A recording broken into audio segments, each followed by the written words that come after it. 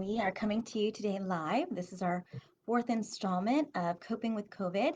I'm Becky DeMattia. I'm the Bereavement Coordinator at Talbot Hospice.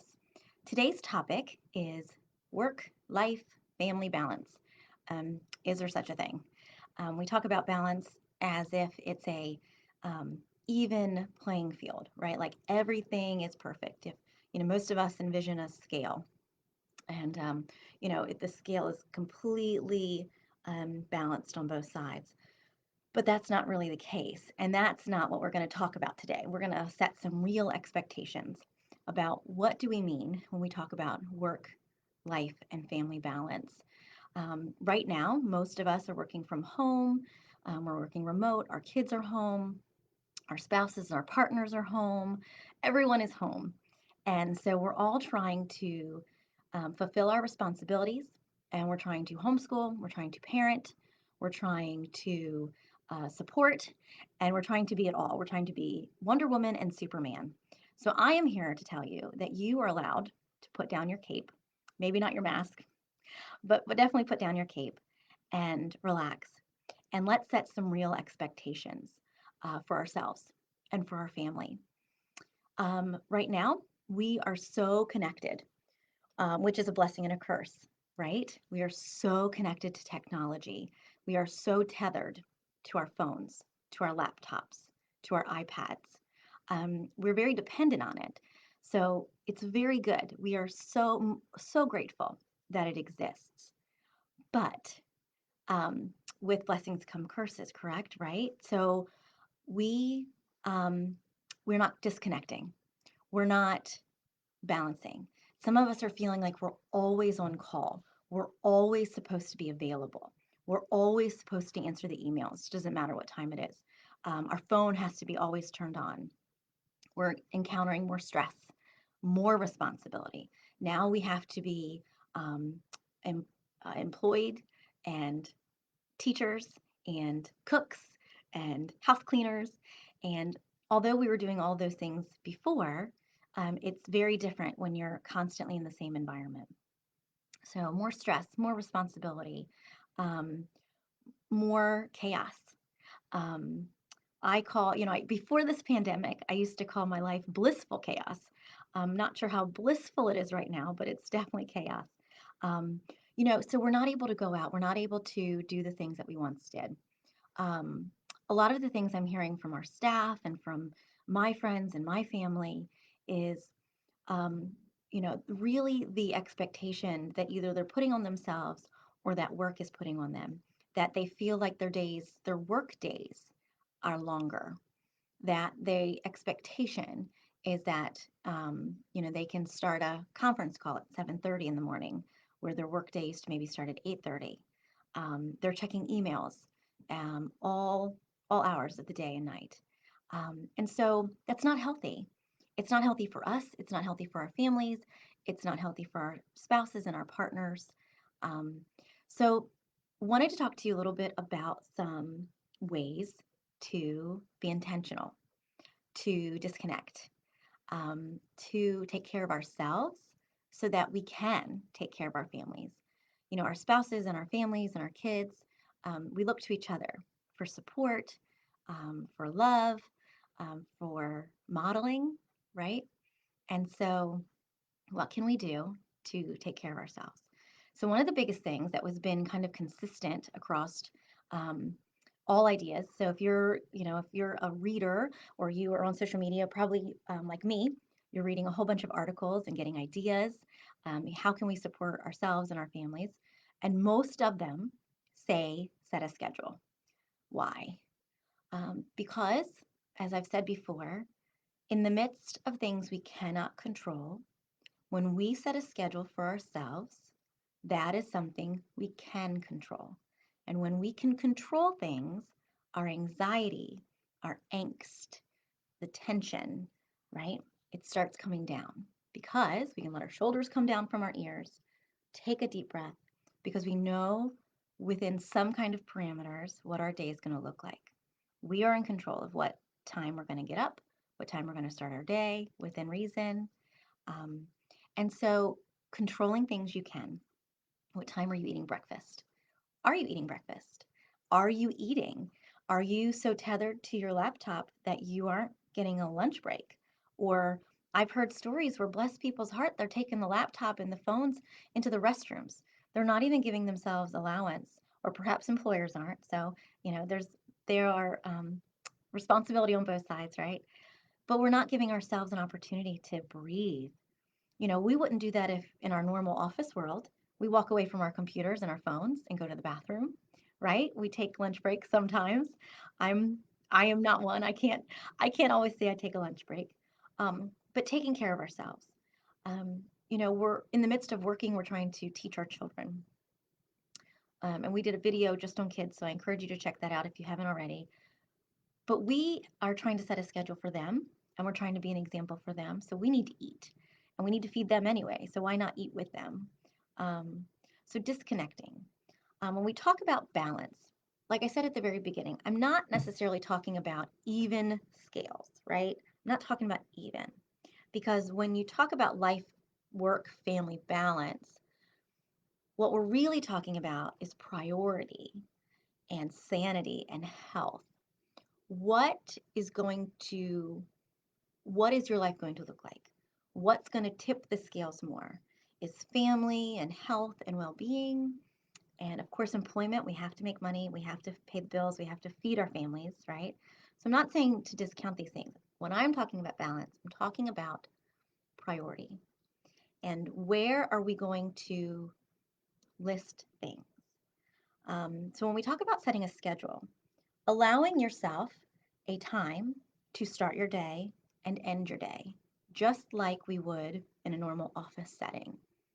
I am just as guilty as this, so I'm going to start practicing what I preach as well. That's one of the reasons I want to talk about this with you guys too, because I'm just as guilty. I need these tips and tricks from my own life and my own kids and my own husband. So, not checking emails all hours of the day. We don't Most of our jobs don't require us to be on call, and if they do, there's usually an on-call schedule. So, obviously this is very generic, and so some of these tips and ideas might not work for you, but take them and modify them to make it your own. Make it work for you and your family. So, disconnecting at certain times of the day. What time are you going to log into work? I'm guilty. I check my phone. My work email is on my phone, and I check it all hours of the day. But this last week, I've been very intentional about only checking it during normal business hours. So 7-ish to between 5 and 6. Now, that's not technical normal business hours, but it's better for me. I would check it at 9 and 10. If I was waking up in the middle of the night, I would check it then. Why? Did I expect an email at 2 o'clock in the morning? I don't know, but I'm connected to it. So I encourage you to do the same thing. Set parameters. If you have to share that with your coworkers, hey, I'm available from 7:30 to 5:30. I won't be checking my emails after that. Um, then do that. Um, Consistency. Having a schedule from day to day. So not just your daily schedule, but your consistency across the board. And this will help with some anxiety and um, expectations within your home with your family, whether you have young kids, teenagers, young adults. Consistency, when we all kind of know, okay, so mom's going to go in the office at 8, she's going to be in there for an hour, she's going to come out, dad's with us, is going to do the school, they're going to switch places. I don't know, right? Like we know what to expect. Um, Expectations. Our kids want to know expectations. We want to know expectations. And if this is a problem for your employment, we're all kind of like living on the edge here, right? Like I know for our hospice, my management staff has been doing a really good job about communicating expectations. And if I have a problem, I can say, you know, I'm not certain about this.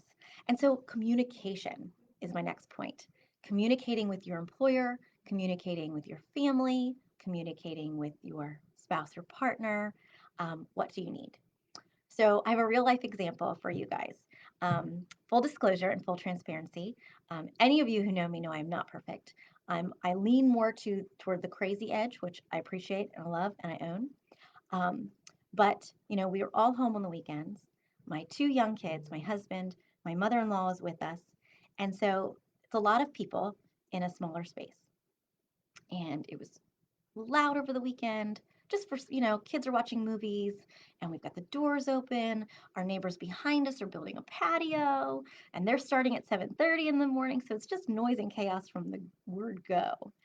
And so, my husband's trying to keep the house clean. I'm trying to keep people fed and sane.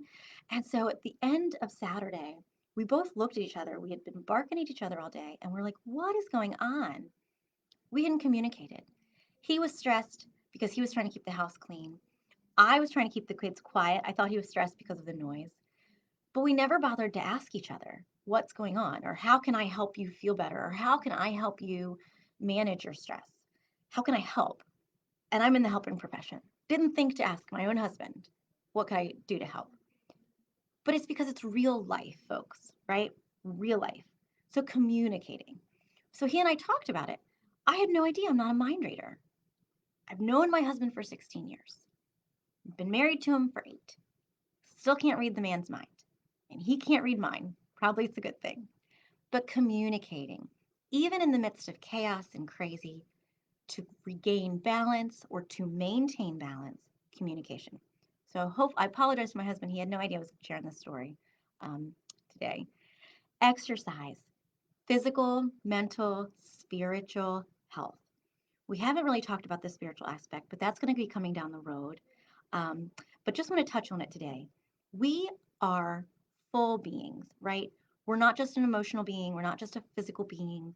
When we talk about grief, which is my specialty, we talk about how grief doesn't just affect our emotions.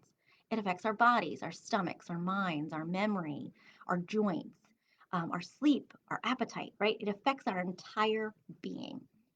So it only makes sense that stress, chaos, anxiety, depression affects us too.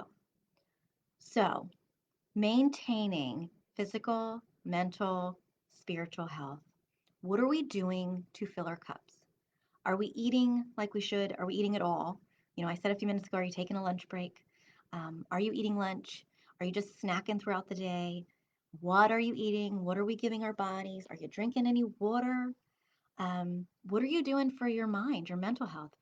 Are you unplugging from the news? Are you unplugging from not just work, but are you taking a step back from all of the noise of life, all the noise and chaos of the world? So social media, news, TV, not necessarily like watching a TV show, but all of the things that are trying to jam information at us. So are you taking a step back from that? Um, are you exercising? Are you going outside? Obviously, our gyms are still closed. And for a lot of us, that was how we maintained all of these aspects, our physical health, our mental health, for some spiritual health too. We can't necessarily go to the gym. Um, my friend and my personal trainer is doing outside classes. She's limiting it to 9 people. So she's doing classes in parks. Um, what can you do? I did yoga in the park this weekend. Um, it was exhilarating. I had no idea that I needed to be around 8 other women and doing yoga outside and feeling the breeze on my skin. It sounded wonderful, but I had no idea the impact that was going to have. I know I showed up back to my house a different person because I was so refreshed and renewed. It's perfect. So I encourage you, find things that you can do.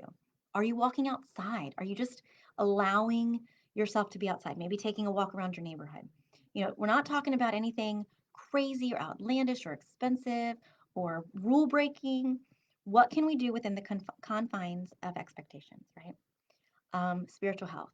If you subscribe to a religion, are you reading its text? For Christians, reading the scripture is very healing, very renewing. Can't talk. Very refreshing and brings a sense of renewal. Are you, there's prayer books. Are you reading your prayer book? Are you talking to people who share the same faith as you? Are you surrounding yourself virtually with people who can encourage you? I have some wonderful friends who have made it their goal to post beautiful and encouraging things on Facebook. India is one of them. Thanks, girl, for the shout out. You know, finding ways to encourage, subscribing to different inspirational Facebook pages or whatever, right? Filling ourselves spiritually is a big deal. Um, what else do I want to tell you guys? Doing things for our own mental health, for refilling our cup, journaling. Um, let's see, I lost my train of thought. Journaling, documenting this time. Um, you know, talk about an opportunity to um, process what we're all going through. So writing that down, writing your kids' experiences down. There's a really great packet that was sent to me from my kids called my COVID time capsule. And so, capturing this time, um, being present. I want to leave you with this thought. When we talk about balance, as we've been doing today, the biggest key to balancing whatever is in your focus that day, if you are focusing on work, if you are focusing on your kids, if you are focusing on your spouse and your partner, being fully present when you are doing so. It's really easy to get caught up in the madness and your mind is racing and you've got 150 different things on your to-do list and they're all mixed and matched. I've got to throw that laundry in the washer and then I got to put it in the dryer. I got a conference call at 1, you know, I've got to make sure my kids' homework is submitted today. We're all over the map. It's important to write to-do lists. I have a friend who does that and that keeps her on track. But what's more important is that wherever your focus is to be fully present. Because not only will that give you a sense of control and peace because you are fully committed to your work, your kids, your spouse, but they will feel it too. Because when we are fully present, when we are 100% focused on what we're doing in that moment, it helps us feel better. And the recipient feels it. We totally get it, right? Totally present. Our kids and our spouse, this is super important for. Because if we're sitting at the table and we're checking work emails and our kid needs our help or we're just playing with them, they get it. They're like, hey, mom, and I'm guilty of this. Hey, mom, can you put your phone down and can we play? What a heart wrencher. Of course, let me put this phone down. I'm sorry I was distracted. So please don't set expectations too high. I'm not asking you to shoot for the moon. I hope today is just an opportunity to give you some things to think on, some ideas to implement in your day, setting a schedule, being consistent, being present, setting boundaries as far as time and schedule, um, and knowing that we're all in this together, communicating. So, would love your feedback. Um, if you have thoughts and ideas, shoot them to me. Next week, our Memorial Day video, Facebook Live, will be about our frontline workers, all of them. So if you have a frontline worker in your life, I would encourage you to tune in next Monday at 11. Even though it's Memorial Day, we're still going to be shooting live for you. We're going to be doing shout outs to every frontline worker there is, not just healthcare, although healthcare is rock star, but we got other health frontline workers who don't always get recognized, right? Postal workers, garbage people, grocery store workers, all of them. All of them is going to get a shout out next Monday. So frontline workers, and then beginning in June, I have really exciting news. We're going to do an interview series. I'm going to be bringing on some guests to talk about various aspects of things we've talked about so far, but in more in depth. And so I'll be joined by some really great people and professionals. So in June, we're going to be starting some interviews. So subscribe to our YouTube channel. Check our videos out on here on Facebook, on our website. Share, share, share. These videos are open to the public. So if you have someone in your life that might be needing some love and encouragement and validation, show them our videos. Thanks for tuning in today, guys. Much love, lots of virtual hugs, and we'll see you next Monday. Bye.